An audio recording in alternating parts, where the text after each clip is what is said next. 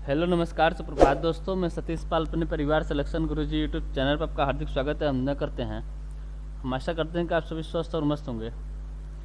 तो चलिए हम रोज़ की तरह आज भी जीएस के 20 क्वेश्चन आपके सामने लेकर आए हुए हैं, ठीक है।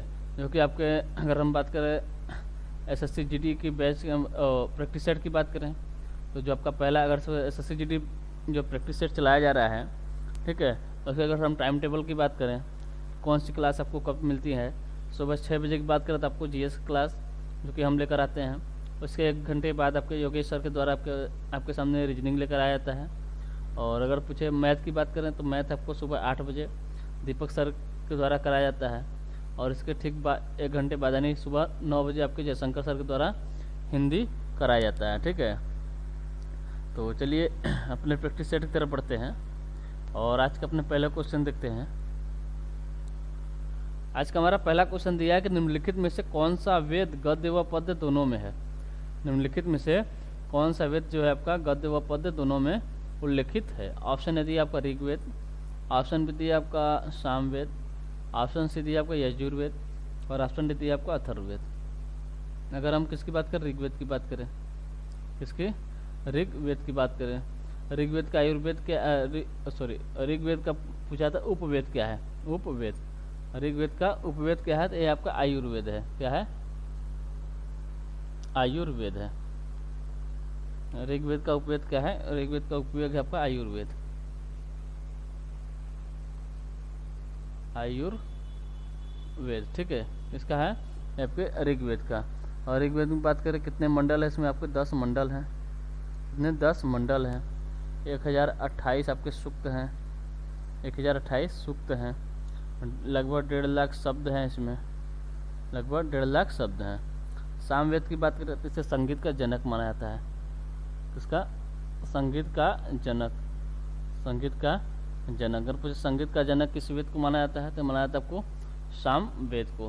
अगर पूछे इसका उपवेद क्या है, इसका उपवेद आपका गंधर्व वेद। क्या है, गंधर्व वेद। गंधर्व वेद किसका उपवेद है, आपके सामवेद का।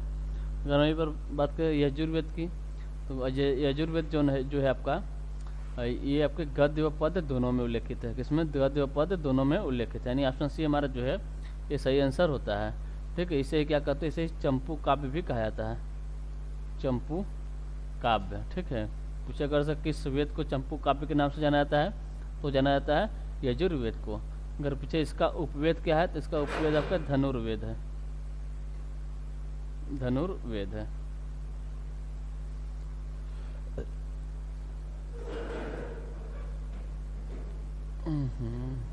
क्या है, धनुर्वेद, धनुर्वेद। इसका उपवेद क्या है, उपवेद क्या है, धनुर्वेद, ठीक। और अगर बात करें किसके, अथर्ववेद की, अथर्ववेद को, तो इसे ब्रह्मवेद के नाम से भी जाना जाता है, ब्रह्मवेद के नाम से जाना जाता है। किस नाम से, ब्रह्मवेद के नाम से जाना जाता है, ठीक है। और सबसे न्यू अगर पूछे, सबसे नया मतलब वेद कौन सा है तो अथर्ववेद है। सबसे पुराना वेद कौन सा है आपका, ऋग्वेद है, ठीक है। और किसकी बात कर रहे हैं, अथर्ववेद। अथर्ववेद का अगर पूछे, अथर्ववेद का उपवेद पूछे क्या है तो ये आपका शिल्प वेद है। क्या है, शिल्प वेद। अगर पूछे अथर्ववेद में किसका मतलब इसमें किसके बारे में बताया गया है, किसका उल्लेखित है, मतलब क्या उल्लेखित है इसमें, जादू टोना वशीकरण, जादू टोना वशीकरण जैसे बातें इसमें बताया गया है, किसमें, अथर्ववेद में, ठीक है। चलिए अगला क्वेश्चन देखते हैं। अगला क्वेश्चन दिया, भारत के पूर्वोत्तर राज्यों में वह कौन सा राज्य है, वह कौन सा राज्य है जो बाकी सभी पूर्वोत्तर के राज्यों को स्पर्श करता है। ऑप्शन दिया आपको असम, अरुणाचल प्रदेश, ऑप्शन बी दिया असम, ऑप्शन सी दिया आपका मेघालय और ऑप्शन डी दिया मिजोरम। किसकी बात कर रहा है, भारत के पूर्वोत्तर राज्यों की।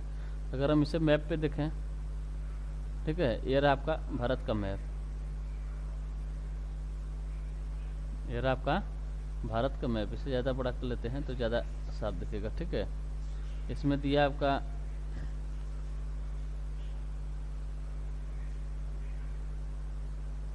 यहाँ पर दिया आपके पूर्वोत्तर, भारत के मतलब पूर्वोत्तरी के राज्य, मतलब कितने, अगर पूछे पूर्वोत्तर में कितने राज्य को शामिल, मतलब कितने राज्य हैं, टोटल आपके 7 राज्य हैं, ठीक है। इन्हें 7 सिस्टर के नाम से भी जाना जाता है। ठीक है, कौन कौन से राज्य हैं?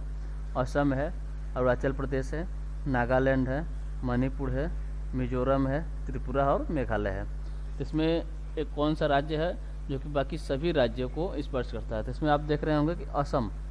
असम एक ऐसा राज्य पूर्वोत्तर का जो पूर्वोत्तर के बाकी सभी राज्यों को स्पर्श करता है, बाकी पूर्वोत्तर के सभी राज्यों को स्पर्श करता है। ठीक है, कौन सा राज्य है? ये आपका असम है। ठीक है, जो आपकी इस साइड देखें तो इस साइड आपका अरुणाचल प्रदेश को स्पर्श करता है, इधर देखें तो आपका नागालैंड को, और यहाँ पर है आपका मणिपुर को, इधर है आपका मिजोरम, त्रिपुरा और नीचे आपके मेघालय। ठीक है, और इधर है आपका वेस्ट बंगाल, लेकिन ये पूर्वोत्तर के राज्यों में नहीं आता है, इधर आपके वेस्ट बंगाल। तो असम राज्य जो है आपके बाकी सभी जो पूर्वोत्तर के 7 राज्य हैं, तो उसमें से जो असम है आपके बाकी 6 राज्यों को स्पर्श करता है। कौन सा राज्य है? वो आपका असम है। कौन सा है? असम। ठीक, तो यहाँ पर लिख लेते हैं, असम राज्य जो है आपके बाकी 6 राज्यों को स्पर्श करता है। ठीक है, कौन कौन से राज्य थे? एक था आपका अरुणाचल प्रदेश, अरुणाचल प्रदेश, नागालैंड, मणिपुर, मिजोरम, मिजोरम, त्रिपुरा, क्या है? त्रिपुरा है, और एक आपका मेघालय। ठीक है, ये आपके 5 इधर 1 इधर है, 6 आपके टोटल 6 राज्यों को असम जो है स्पर्श करता है। ठीक है, यानी ऑप्शन बी हमारा जो है सही आंसर होता है। अगला क्वेश्चन देखते हैं। अगला क्वेश्चन दिया, भारतीय संविधान की आत्मा अर्थात प्रस्तावना के विचार को किस देश से लिया गया है? भारतीय संविधान की आत्मा कौन से, मतलब भारतीय संविधान की आत्मा किसे कहते हैं? ये कहते हैं कि प्रस्तावना को। पूछा है प्रस्तावना का विचार जो था वो किस देश से लिया गया है? ऑप्शन ए दिया आपका अमेरिका, ऑप्शन बी दिया ऑस्ट्रेलिया, ऑप्शन सी दिया आपका ब्रिटेन, और ऑप्शन डी दिया फ्रांस। अगर पूछे भारतीय संविधान की आत्मा यानी अर्थात बोले तो क्या? प्रस्तावना। मुझे प्रस्तावना के विचार अगर पूछे किस देश से लिया गया है, तो लिया गया आपके अमेरिका के संविधान से। प्रस्तावना के विचार बोले तो अमेरिका के संविधान से। अगर पूछे प्रस्तावना की भाषा, प्रस्तावना की भाषा पूछेगा, प्रस्तावना की भाषा किस देश से लिया गया है, तो लिया गया आपके ऑस्ट्रेलिया के संविधान से। कहाँ से लिया गया है? ऑस्ट्रेलिया से लिया गया है। प्रस्तावना के विचार पूछे तो ये आपके अमेरिका से, और प्रस्तावना की भाषा पूछे तो ये आपके ऑस्ट्रेलिया से लिया गया है। ठीक है, अगर हम किसकी बात करें? प्रस्तावना की बात करें, अगर मुझे प्रस्तावना को और किस नाम से जाना था? प्रस्तावना को संविधान की कुंजी भी कहा गया है। प्रस्तावना को संविधान की कुंजी भी कहा गया है। ठीक है, अगर पूछे जो आपकी प्रस्तावना है इसमें 3 प्रकार के न्याय, 2 प्रकार की समानता और 5 प्रकार के स्वतंत्रता के बारे में बताया गया है। कितने प्रकार के? 3 प्रकार के न्याय के बारे में बताया गया है। अगर पूछे कौन कौन से न्याय हैं, 3 प्रकार के न्याय कौन कौन से हैं, कौन कौन से न्याय हैं? तो एक है आपका सामाजिक,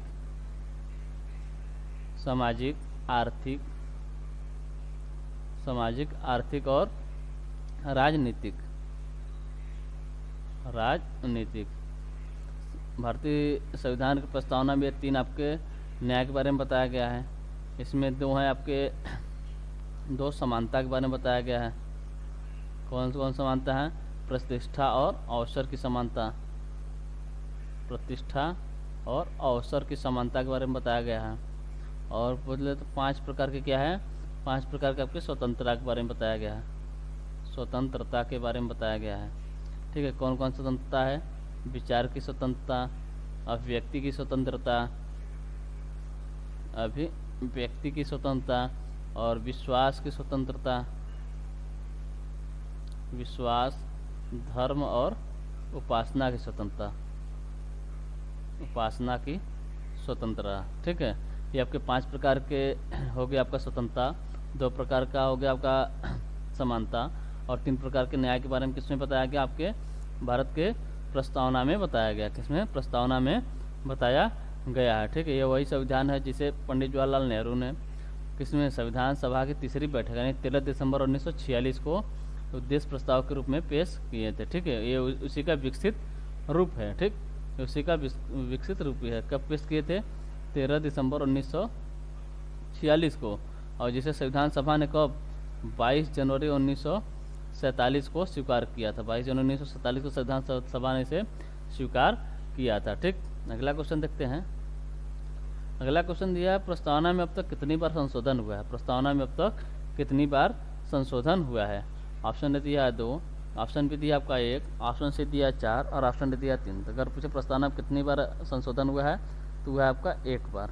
कब? 42वां संविधान संशोधन 1976 में। 42वां संविधान संशोधन 1976 में हुआ है। ठीक है, पूछे इस संविधान संशोधन द्वारा प्रस्तावना में क्या जोड़ा गया था। इसमें 3 शब्द जोड़े गए थे, समाजवादी, पंथ निरपेक्ष और अखंडता शब्द, एकता और अखंडता। ठीक है, अखंडता शब्द, अखंडता, एकता और अखंडता शब्द जोड़े गए थे। ठीक है,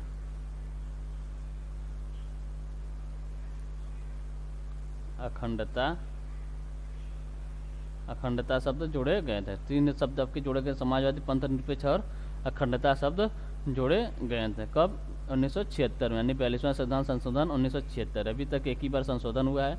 कब हुआ? 42वां संविधान संशोधन 1976 में। क्या जोड़ा गया? समाजवादी, पंथ निरपेक्ष और अखंडता जैसे 3 शब्दों को जोड़ा गया था। ठीक है, अगला क्वेश्चन देखते हैं। अगला क्वेश्चन दिया, निम्न में से किसने रामायण का तमिल अनुवाद किया है। निम्न में से किसने रामायण का तमिल अनुवाद किया। ऑप्शन ए दिया आपका कंबन, ऑप्शन बी दिया आपका बदायूनी, ऑप्शन सी दिया आपका कृतवास और ऑप्शन डी दिया आपका आरटीएच ग्रिफिथ। ठीक है, अगर पूछे निम्न से किसने रामायण का तमिल अनुवाद किया है तो ये किए हैं आपके कंबन ने। किसने? कंबन ने, यानी ऑप्शन ए हमारा जो है ये सही आंसर होता है। अगर हम किसकी बात करें, रामायण, तो फिर रामायण के रचयिता कौन है, मतलब रामायण को किसने, मतलब इसके रचयिता अगर पूछे कौन है तो आपके वाल्मीकि जी हैं। कौन है? वाल्मीकि जी हैं। इसके रचनाकार पूछे कौन है तो वाल्मीकि जी। किस भाषा में इन्होंने लिखा था? इन्होंने लिखा था आपके संस्कृत भाषा में। ठीक है, अगर पूछे तुलसीदास ने भी रामायण लिखा था, वो किस भाषा में लिखे थे तो वो लिखे थे अवधी भाषा में।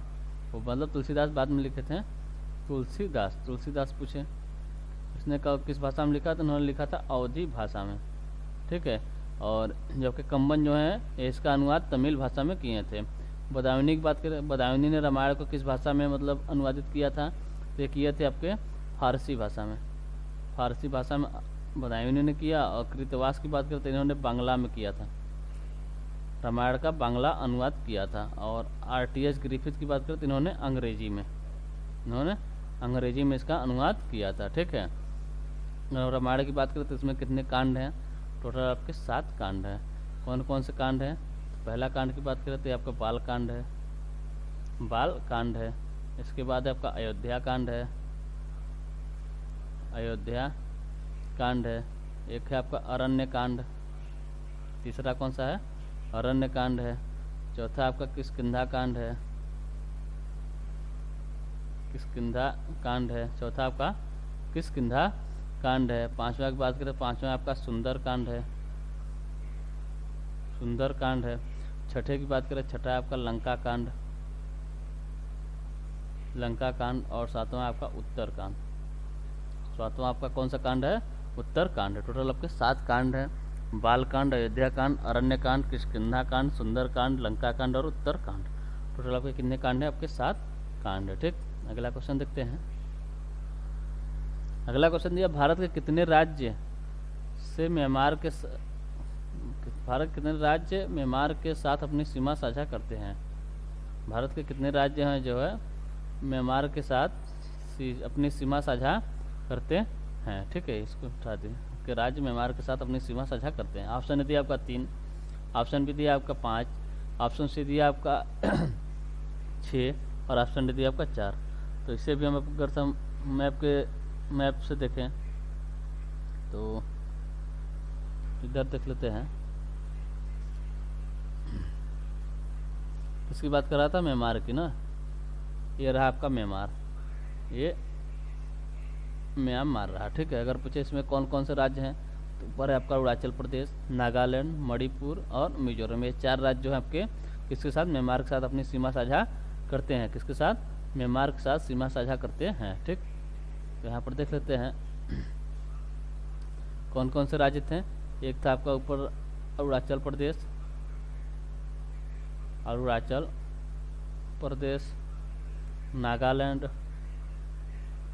नागालैंड, फिर नीचे था आपका मणिपुर, इसके बाद आपका मिजोरम। ये 4 राज्य जो आपके मिजोरम, ठीक, 4 राज्य जो है आपके किसके साथ, म्यांमार के साथ अपनी सीमा साझा करते हैं। यानी कितने राज्य हो गए आपके, 4 राज्य हो गए, ठीक है। अगर हमें बात करें बांग्लादेश की, बांग्लादेश के साथ कितने राज्य, भारत कितने राज्य अगर सीमा साझा करते हैं, किसके साथ, बांग्लादेश के साथ। तो अगर हम बांग्लादेश की बात करें, इधर दिया आपका बांग्लादेश, ये है आपका बांग्लादेश, बांग्लादेश। तो आप लोग देख पा रहे होंगे, इधर है आपका वेस्ट बंगाल, कौन है, वेस्ट बंगाल, ठीक है। इसके बाद है आपका असम, असम के बाद है आपका मेघालय, मेघालय हो गया। इधर है आपका त्रिपुरा, त्रिपुरा के बाद है आपका मिजोरम, मिजोर, ठीक है। कितने राज्य हो गए आपको, टोटल 5 राज्य हो गए, पश्चिम बंगाल, असम, मेघालय, त्रिपुरा और मिजोरम। पश्चिम बंगाल, असम, मेघालय, त्रिपुरा और मिजोरम, टोटल आपके 5 राज्य हैं आपके किसके साथ, बांग्लादेश के साथ अपनी सीमा साझा करते हैं। इसमें आप देख पा रहे होंगे कि इधर और इधर असम, मतलब 2 तरफ से, असम 2 तरफ से आपके किसके साथ, बांग्लादेश के साथ सीमा साझा करती है। असम, सॉरी हाँ, असम जो है आपके 2 तरफ से बांग्लादेश के साथ अपनी सीमा साझा करती है। और त्रिपुरा की बात करें, त्रिपुरा आपका तीनों ओर से बांग्लादेश से घिरा हुआ है, ठीक है। इधर से भी और इधर से भी, तीनों ओर से अगर पूछ लेता है कौन सा राज्य जो है आपके भारत का, कौन सा राज्य जो आपके बांग्लादेश से तीनों ओर से घिरा है, तो आपका त्रिपुरा है। अगर पूछे कौन सा राज्य जो बांग्लादेश को दो तरफ से स्पर्श करता है, तो आपका, यानी 2 बार स्पर्श करता है, तो आपका असम हो जाएगा। कौन सा राज्य हो जाएगा, असम हो जाएगा, ठीक है। अगला क्वेश्चन देखते हैं। अगला क्वेश्चन दिया, प्रस्तावना संविधान का परिचय पत्र है। प्रस्तावना जो आपके संविधान का परिचय पत्र है, यह कथन किसका है, यह कथन किसका है, ठीक। ऑप्शन दिया आपका N.A. पालकी वाला, ऑप्शन भी दिया आपका डॉक्टर भीमराव, ऑप्शन भी दिया आपका ठाकुर भार्गव दास, और ऑप्शन सी दिया आपका डॉक्टर भीमराव अंबेडकर। किसकी बात कर रहे हैं, प्रस्तावना संविधान का परिचय पत्र है। अगर पूछे किसने कहा था कि जो आपके प्रस्तावना जो आपके संविधान का परिचय पत्र है, तो ये कहे थे आपके N.A. पालकी वाला ने। N.A. पालकी वाला ने कहा था कि जो संविधान प्रस्तावना जो आपके संविधान का परिचय पत्र है, ठीक है। और ठाकुरदास भार्गव की बात करें तो इन्होंने क्या कहा था, इन्होंने कहा था प्रस्तावना जो आपके संविधान की कुंजी है, प्रस्तावना जो आपके संविधान की कुंजी है, कुंजी या आत्मा भी इन्होंने ही कहा था, ठीक है। कुंजी या आत्मा अगर पूछे किसने कहा था कि प्रस्तावना संविधान की कुंजी या आत्मा है, तो आपके ठाकुरदास भार्गव जी ने कहा था। अगर पूछे परिचय पत्र किसने बताया, तो बताया था आपके N.A. पालकी वाला ने। किसने बताया, N.A. पालकी वाला ने, ठीक है। अगर पूछे संविधान, जो के भारतीय संविधान की प्रस्तावना है, ठीक, क्या प्रस्तावना का जो मतलब लिखा गया था, मतलब जो लिखा गया था उसका हिंदी संस्करण अगर पूछे किसके लेखक कौन है, हिंदी संस्करण, मतलब हिंदी में से किसने लिखा था, तो लिखे थे वसंत कृष्ण वैद्य ने, वसंत कृष्ण वैद्य ने इसे हिंदी में लिखा था। अगर पूछे अंग्रेजी संस्करण के लेखक कौन है, अंग्रेजी संस्करण के लेखक कौन है, तो ये आपके प्रेम बिहारी नारायण रायजादा, प्रेम बिहारी नारायण रायजादा, इन्होंने ही आपके संविधान को भी लिखने का कार्य किया था, रायजादा, ठीक है। प्रेम बिहारी नारायण रायजादा अंग्रेजी संस्करण के लेखक हैं, और हिंदी संस्करण के लेखक कौन है, वसंत कृष्ण वैद्य जी हैं, ठीक। अगला क्वेश्चन देखते हैं। अगला क्वेश्चन दिया, एराविकुलम राष्ट्रीय उद्यान किस राज्य में स्थित है, एराविकुलम राष्ट्रीय उद्यान किस राज्य में स्थित है। ऑप्शन दिया आपका मध्य प्रदेश, ऑप्शन भी दिया महाराष्ट्र, ऑप्शन सी दिया केरल, और ऑप्शन दिया आपका कर्नाटक। किसकी बात कर रहा है, एराविकुलम राष्ट्रीय उद्यान अगर पूछे किस राज्य में स्थित है, तो आपके केरल में स्थित है। कहाँ पर है, केरल में स्थित है, यानी ऑप्शन सी हमारा जो है ये सही आंसर होता है। केरल का और राष्ट्रीय उद्यान की बात करें, यहाँ पर एक है आपका पेरियार राष्ट्रीय उद्यान, पेरियार राष्ट्रीय उद्यान है। अनामुदी राष्ट्रीय उद्यान, अनामुदी राष्ट्रीय उद्यान अगर पूछे कहाँ पर है, ये भी आपके कहाँ पर है, केरल में है। एक आपका साइलेंट वैली राष्ट्रीय उद्यान, ठीक है, अभी कहाँ पर है, अभी आपके केरल में ही है, ठीक है। एक आपका मथिकेतन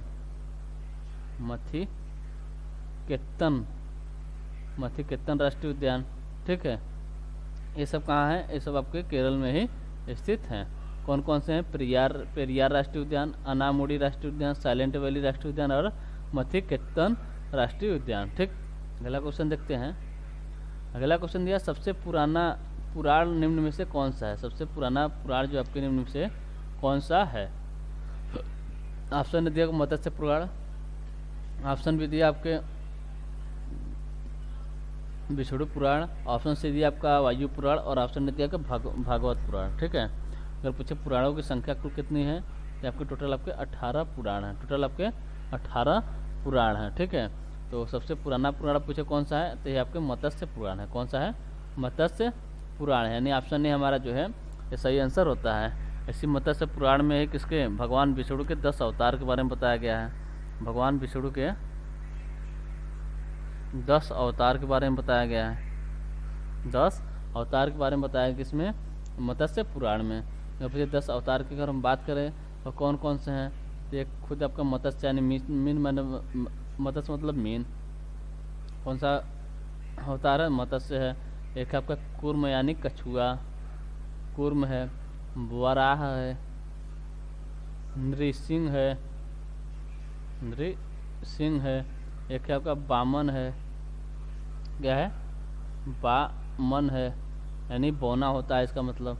ठीक है, एक श्री राम का अवतार है। ठीक, श्री राम का। एक है आपका कृष्ण, तो उनको मत्स्य हो गया, कूर्म हो गया, वराह हो गया और एक हो गया नृसिंह हो गया, वामन हो गया, श्री राम हो गया, कृष्ण हो गया। एक किसके अवतार है? आपका परशुराम के, परशुराम। ठीक है, एक है आपका बुद्ध, बुद्ध के बाद है आपका कल्कि। क्या है? कल्कि। एक टोटल आपके 10 जो आपके अवतार हैं किसके अवतार हैं? आपके भगवान विष्णु के। किसमें बताया गया? आपके मत्स्य पुराण में बताया गया है। ठीक है, मत्स्य पुराण में और क्या बताता है? इसमें सातवाहनों का शासन के बारे में बताया गया है। सातवाहन वंश को किस पुराण में बताया गया है? तो आपके मत्स्य पुराण में बताया गया है। इसी प्रकार बात करें अगर विष्णु पुराण में किस क्या बताया गया? इसमें मौर्य वंश के बारे में बताया गया है। वायु पुराण में क्या बताया गया? तो इसमें बताया गया आपके गुप्त वंश के बारे में। और जो भागवत पुराण है ये कृष्ण भक्ति के बारे में बताता है। ठीक है, भागवत पुराण किसके बारे में? कृष्ण भक्ति के बारे में बताता है।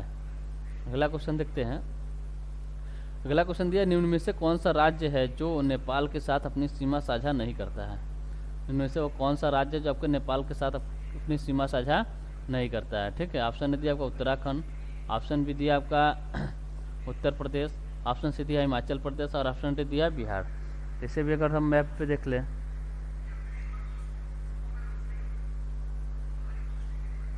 किसकी बात कर रहा था? नेपाल के साथ। अगर पूछे हम नेपाल के साथ किस राज्य की सीमा लगती है? नेपाल के साथ। ठीक है, तो यहाँ से लगभग नेपाल की सीमा लगती है। एक है आपका उत्तराखंड, ये आपका यूपी और इधर हो गया आपका बिहार। क्या हो गया? बिहार हो गया। कौन सा हो गया? बिहार हो गया। एक पूछा गया था इसमें कौन कौन सा राज्य दिया था, किसकी लगती है किसकी नहीं लगती है। ठीक है, तो पूछा था उत्तराखंड दिया था, उत्तर प्रदेश दिया था, हिमाचल प्रदेश और बिहार। ठीक, तो अगर पूछे नेपाल के साथ किसके साथ? नेपाल के साथ अगर पूछे किस किस की सीमा लगती है नेपाल के साथ? एक है आपका उत्तराखंड हो गया, एक है आपका उत्तर प्रदेश हो गया, बिहार हो गया और एक यहाँ पर देखिए यहाँ पर दे रहा है आपका वेस्ट बंगाल। क्या है? वेस्ट बंगाल। और इधर है आपका सिक्किम। क्या है? सिक्किम। ये टोटल आपके 5 राज्य की सीमा लगती हैं। तो उसमें दिया था हिमाचल प्रदेश जो कि ए यहाँ पर है, हिमाचल प्रदेश। ठीक है, इसकी सीमा जो है आपके नेपाल के साथ नहीं लगती है। किसके साथ? नेपाल के साथ किसकी सीमा नहीं लगती? हिमाचल प्रदेश की सीमा नहीं लगती है। इसकी किसकी लगती है? ये लगती है आपके उत्तर प्रदेश की, अरे उत्तराखंड की, उत्तर प्रदेश, बिहार, वेस्ट बंगाल और सिक्किम की सीमा लगती है। टोटल आपके 5 राज्यों की सीमा आपके किसके साथ लगती है? ये लगती है नेपाल के साथ। ठीक, यहाँ पर देख लेते हैं।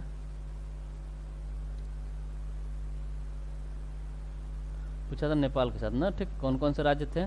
एक था आपका उत्तराखंड, उत्तर प्रदेश, बिहार, वेस्ट बंगाल और सिक्किम।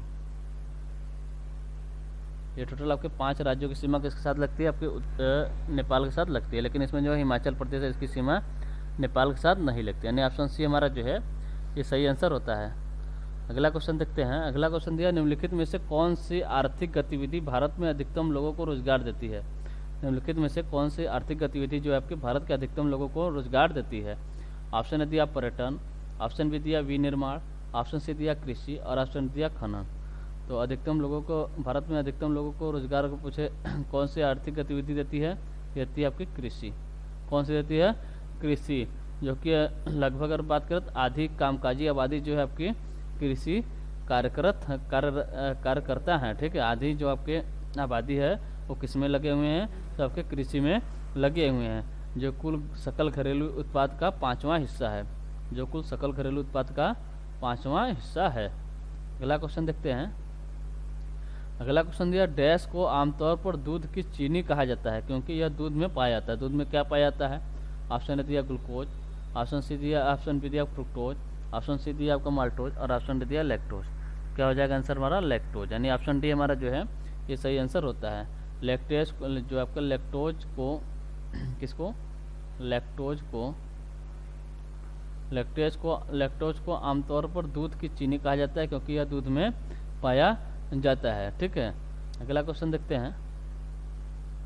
अगला क्वेश्चन दिया, निम्नलिखित में से होला मोहल्ला किस राज्य का प्रमुख त्यौहार है। होला मोहल्ला किस राज्य का प्रमुख त्यौहार है। ऑप्शन दिया नागालैंड, ऑप्शन बी दिया पंजाब, ऑप्शन सी दिया उड़ीसा और ऑप्शन डी दिया राजस्थान। किसकी बात करें, होला मोहल्ला। होला मोहल्ला अगर पूछे किस राज्य का प्रमुख त्यौहार है तो आपके पंजाब का है। कहाँ का है, पंजाब का है। ठीक है, यानी ऑप्शन बी हमारा जो है सही आंसर होता है।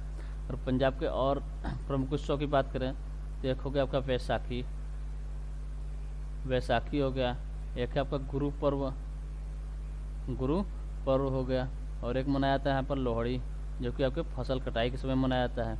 और अगर हम किसी बात करें राजस्थान के अगर पीछे प्रमुख उत्सव की बात करें तो यहाँ मनाया जाता है आपका गणगौर उत्सव कहाँ मनाया जाता है, आपके राजस्थान में मनाया जाता है। एक है आपके मोमासर आपका उत्सव कहाँ मनाया जाता है, ये भी आपके राजस्थान में मनाया जाता है। यहाँ पर एक लगता है आपका पुष्कर मेला कहाँ लगता है, राजस्थान में। यही मनाया जाता है आपका बूंदी उत्सव मनाया जाता है। बूंदी उत्सव मनाया जाता है। चंद्रभागा उत्सव मनाया जाता है। कहाँ पर, ये सब मनाए जाते हैं आपके राजस्थान में। और यहीं का एक प्रमुख त्यौहार है आपका मरु महोत्सव। ठीक है, ये भी कहाँ मनाया जाता है, ये भी आपके राजस्थान में ही मनाया जाता है। अगला क्वेश्चन देखते हैं। अगला क्वेश्चन दिया है, निम्न में से किस राज्य में मुक्तेश्वर मंदिर स्थित है। निम्न में से किस राज्य में मुक्तेश्वर मंदिर स्थित है। ऑप्शन दिया उत्तराखंड, ऑप्शन बी दिया हिमाचल प्रदेश, ऑप्शन सी दिया पंजाब और ऑप्शन डी दिया राजस्थान। तो अगर पूछे मुक्तेश्वर मंदिर किस राज्य में स्थित है तो आपके पंजाब में। कहाँ पर है, पंजाब में स्थित है, यानी ऑप्शन सी हमारा जो है ये सही आंसर होता है। यहीं पर एक है आपका दुर्गियाना मंदिर। यहीं पर सबसे फेमस मंदिर कौन सा है, स्वर्ण मंदिर। ठीक है, ये कहाँ है, ये भी आपके पंजाब में स्थित है। अगला क्वेश्चन दिया है कि निम्नलिखित में से कौन सी धातु ठंडे पानी के साथ त्वरित अपक्रिया करती है। ऑप्शन दिया मैग्नीशियम, ऑप्शन बी दिया एल्यूमिनियम, ऑप्शन सी दिया जिंक और ऑप्शन डी दिया पोटेशियम। जो आपके पोटेशियम है ये आपके ठंडे पानी में जो आपके ठंडे पानी के साथ त्वरित अपक्रिया करती है। कौन सी धातु है, आपके पोटेशियम। ठीक है, यानी ऑप्शन डी हमारा जो है सही आंसर होता है। और एक होता है आपका सोडियम, जो कि इससे थोड़ा अधिक अपक्रिया करती है। ठंडे पानी के साथ थोड़ा अधिक त्वरित अपक्रिया करती है, इससे ज़्यादा अपक्रिया करते कौन है, ये आपके सोडियम है। और पोटेशियम, सोडियम पोटेशियम दोनों जो है आपके ठंडे पानी के साथ त्वरित अपक्रिया करती हैं। ठीक, यानी ऑप्शन डी हमारा जो है सही आंसर होता है। अगला क्वेश्चन देखते हैं। अगला क्वेश्चन है, भारत के स्थानीय भाषाओं को डिजिटल दुनिया में बढ़ावा देने के लिए प्रोजेक्ट एलोरा को किसके द्वारा प्रारंभ किया गया है। भारत के स्थानीय भाषाओं को डिजिटल दुनिया में बढ़ावा देने के लिए प्रोजेक्ट एलोरा क्या है, प्रोजेक्ट एलोरा को किसके द्वारा प्रारंभ किया गया। ऑप्शन दिया का फेसबुक, ऑप्शन बी दिया माइक्रोसॉफ्ट, ऑप्शन सी दिया गूगल और ऑप्शन डी दिया आपका अमेजॉन। ठीक है, तो ये जो आपके भारत के स्थानीय भाषाओं को डिजिटल दुनिया में बढ़ावा देने के लिए किस प्रोजेक्ट का प्रारंभ किया गया, तो एलोरा प्रोजेक्ट है, किसके द्वारा किया गया? तो किया गया आपके माइक्रोसॉफ्ट के द्वारा किया गया। किसके द्वारा? माइक्रोसॉफ्ट के द्वारा किया गया। ठीक है। अगला क्वेश्चन दिया है कि भारत में अभ्रक का सर्वाधिक उत्पादन किस राज्य में होता है?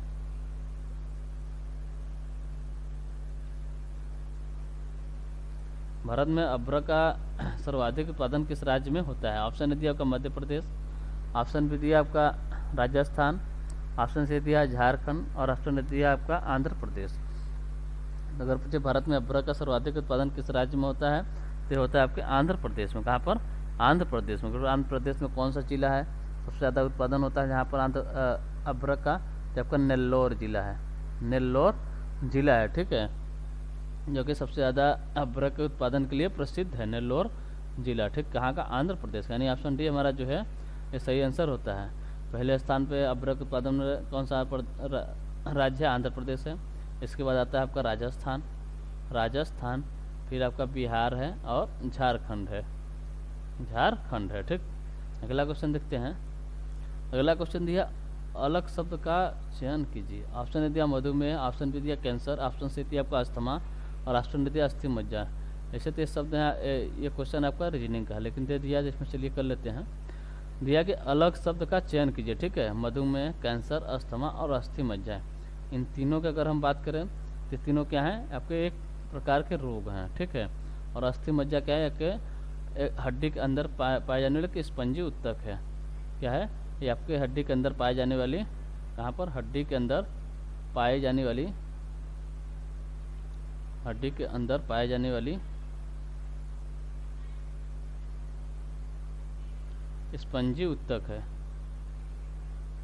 स्पंजी उत्तक है। ठीक है, और ये तीनों कहाँ है? ये तीनों एक प्रकार के आपके रोग के नाम है। ठीक, अगला क्वेश्चन देखते हैं। यहाँ पर आंसर क्या हो जाए? यहाँ पर आंसर आपका सबसे अलग क्या है? अस्थि मज्जा है। ठीक है, अगला क्वेश्चन देखते हैं।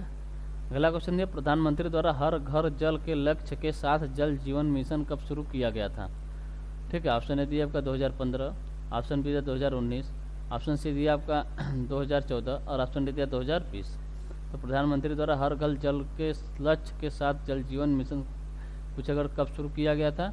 ये शुरू किया गया था अगस्त 2019 में। कब? अगस्त 2019 में से शुरू किया गया था। ठीक है, चलिए फिर आज के लिए इतना ही रखते हैं। मिलते हैं आपसे अगले सेशन में। अगर सेशन आपको अच्छा लग रहा हो तो लाइक एवं सब्सक्राइब जरूर करें और शेयर करना ना भूलें। ठीक है, तो मिलते हैं आपसे अगले सेशन में। तब तक के लिए टेक केयर, बाय बाय, जय हिंद, जय भारत।